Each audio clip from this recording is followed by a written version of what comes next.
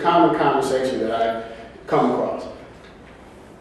Customers that are saying, so if you're not doing the best you can do, now understand the technology, we all understand technology, right? There's technology you can spend as much as you want. And so not everybody is willing to gold plate everything, and they shouldn't. So they understand that. But when it comes to the things that we do on a day-to-day basis with the stuff that we bought, or if I'm your customer, the stuff that I bought, because I paid for that, then the common logical question is, so aren't you doing the best thing you can with all that expensive technology?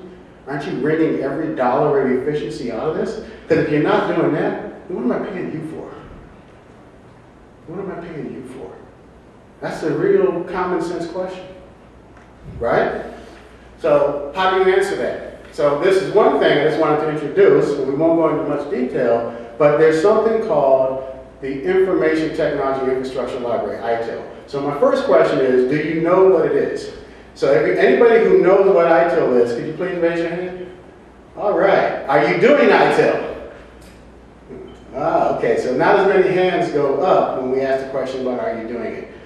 This goes back to the previous slide, because this is not complicated stuff. As an example, Mr. Gorley talked a lot about, someone asked him about continuity and disaster recovery. Well, you could have, I knew a client who spent millions of dollars on new technology to do things like, for like automated data center backup or a Veritas solution, and they also spent millions of dollars on a monitoring system and all of this, and all of it goes to waste because in the data centers themselves, the engineers and the people were making changes that were not documented, right? So if you don't have, everybody knows this, if you don't have change control and configuration management, your information security program, I mean, it's not worthless, but it's full of holes in real life. Not on paper, but in real life. Your recovery and the data center goes down, and I've seen this happen to these kind of clients, and it takes a long time to get key services back up.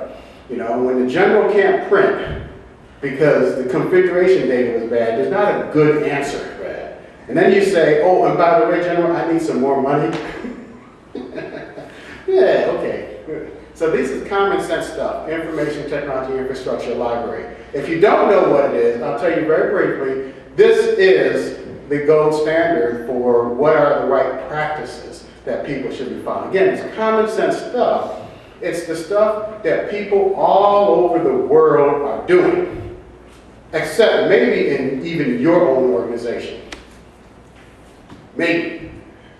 There are hundreds and hundreds of organizations that I've seen that have done assessments of themselves, and I don't know of a single organization that rated themselves as higher than 20 or 30% of best practice.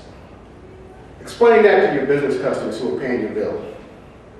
Okay? Explain that. Say, give me this money to build this new system, and oh, by the way, we're only doing 10% of the right things with this. So we're wasting money, or we're wasting time. Not a good answer. Adopted by thousands of organizations around the world. So anybody in this audience, if you are in an IT organization and you're not doing this, you are off the bandwagon.